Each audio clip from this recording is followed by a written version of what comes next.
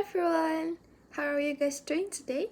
I'm Jasmine with the student number B0324065 from Basic English Indonesian Translation Class C.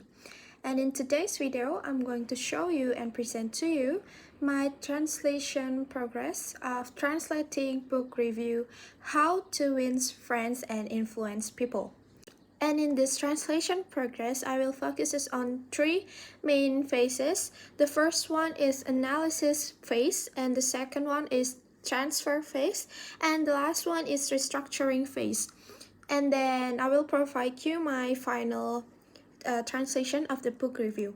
So without any further ado, let's begin with the first phase is analysis phase. So here I encountered some difficulties. The first difficulties is the source text contains abstract evaluative expressions such as timeless classic and invaluable insights. That these expressions reflect the reviewer's judgment rather than factual information. And the second difficulty is terms such as self-growth and self-help book carry conceptual meanings that are broader than their literal definitions. And the last difficulties that I face is the praise surface level changes implies criticism without explicit explanation, making the meaning implicit.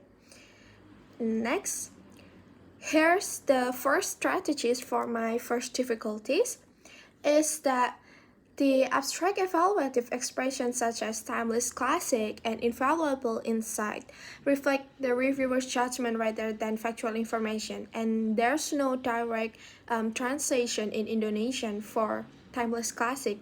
So after searching what does those expressions mean, instead of translating them literally, their evaluative meaning was identified through context.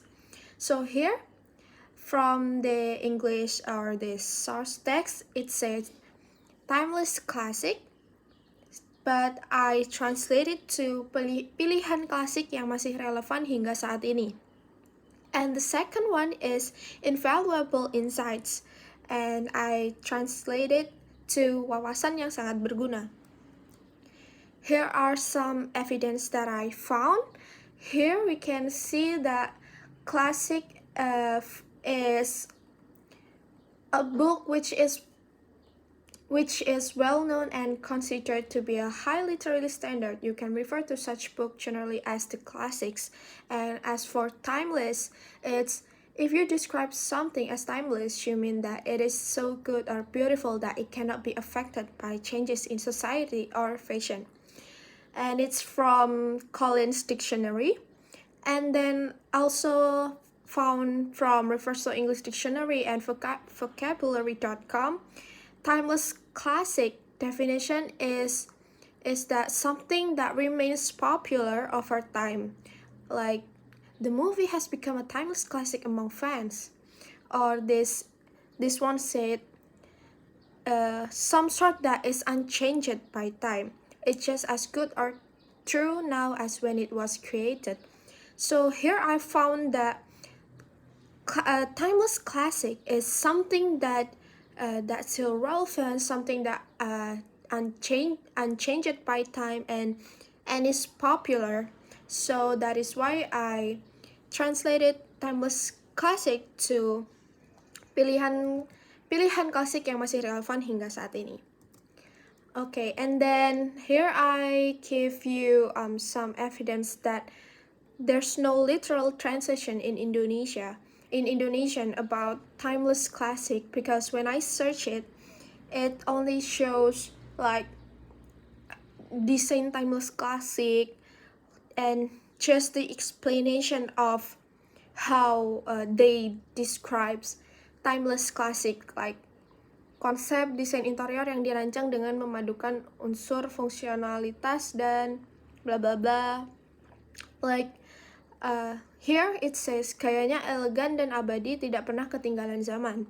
So yeah, that is why I choose my final translation of timeless classic is pilihan klasik yang masih relevan hingga saat ini.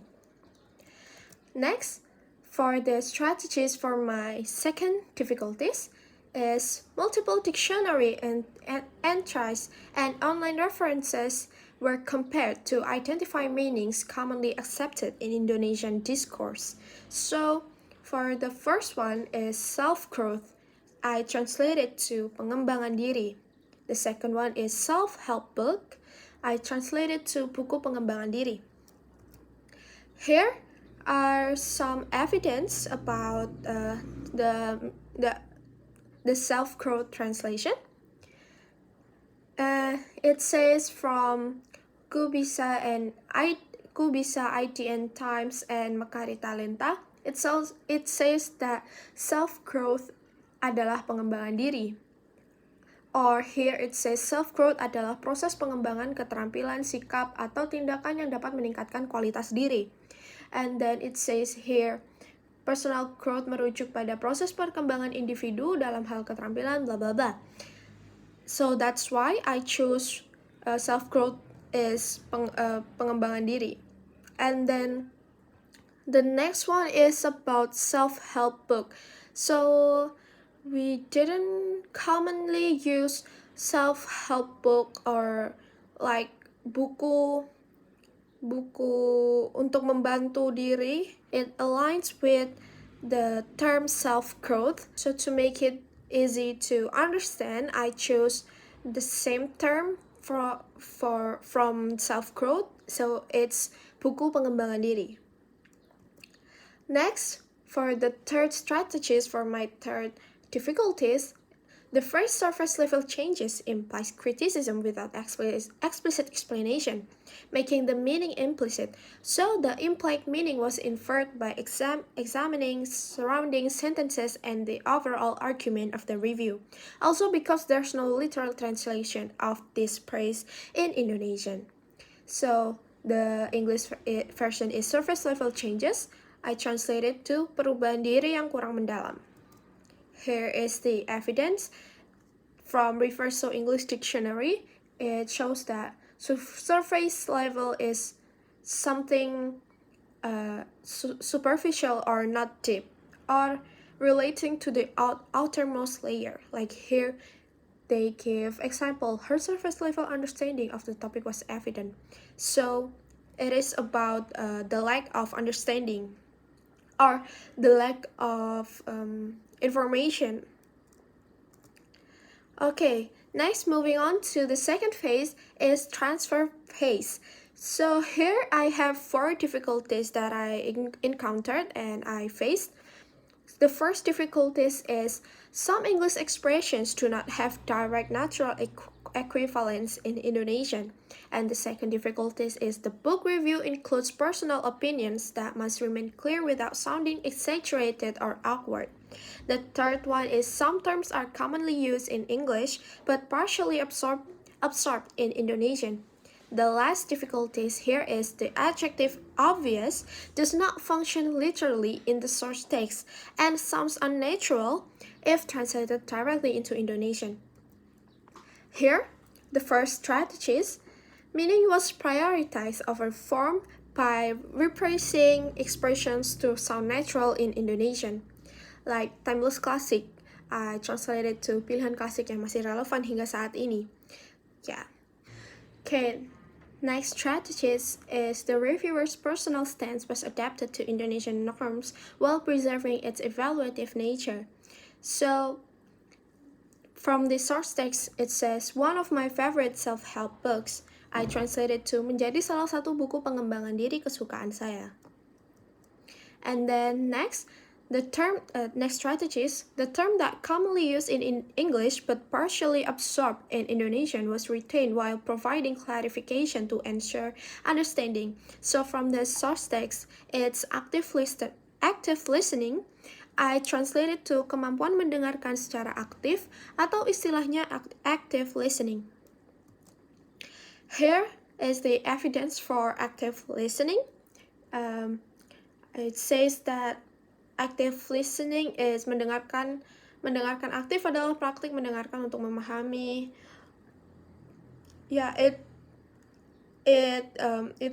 we didn't really have like mendengarkan aktif, because if I use mendengarkan active, it will sounds weird. And the last transfer phrase strategies is the word obvious was adapted based on context to reflect how Indonesian commonly describes abstract concepts. Instead of translating it literally, the meaning was paraphrased to emphasize simplicity rather than visibility. So here, from the source text is, these concepts may seem obvious. I translated to konsep-konsep ini terlihat sederhana. Okay, next we move to restructuring phase. So the first difficulties here is some English sentences are long, reducing readability if translated directly. And the second one is accurate translations may still sound stiff or unnatural. So here the first strategies is long sentences were divided into two sentences to improve clarity. From the English text, it says, written in a clear, engaging style, it is one of my favorite self-help books as it provides invaluable insights into understanding and navigating human relationship. I translated to, buku ini ditulis dengan bahasa yang menarik dan jelas. Dengan menyajikan wawasan yang sangat berguna dalam memahami dan menavigasi hubungan antar manusia, buku ini menjadi salah satu buku pengembangan diri kesukaan saya. The last strategies restructuring phase is the final text was revised to ensure smooth flow, coherence, and natural phrasing. From the English text is a balanced interpretation underscores the power of kindness, appreciation, and understanding in interpersonal dynamics rather than deceitful manipulation. I translated to, pada dasarnya buku ini menekankan kebaikan, apresiasi, dan pemahaman sebagai dasar membangun hubungan sosial yang sehat, bukan sebagai upaya manipulasi. And that is all, and this is my final translation. I will read my final translation. How to Win Friends and Influence People. Buku karya Dale Carnegie yang berjudul How to Win Friends and Influence People merupakan pilihan klasik yang masih relevan hingga saat ini di dunia pengembangan diri atau biasa disebut self-growth. Buku ini ditulis dengan bahasa yang menarik dan jelas, dengan menyajikan wawasan yang sangat berguna dalam memahami dan menavigasi hubungan antar manusia. Buku ini menjadi salah satu buku pengembangan diri kesukaan saya. Carnegie menyajikan serangkaian prinsip yang sederhana namun praktis, sehingga memungkinkan komunikasi yang efektif sekaligus menumbuhkan hubungan harmonis antar individu. Buku ini menekankan pentingnya empati, kemampuan mendengarkan secara aktif atau istilahnya active listening, dan sikap peduli yang tulus terhadap orang lain. Meskipun konsep-konsep ini terlihat sederhana, penjelasan Carnegie yang disertai contoh-contoh kehidupan nyata berhasil memberikan gambaran yang mendalam.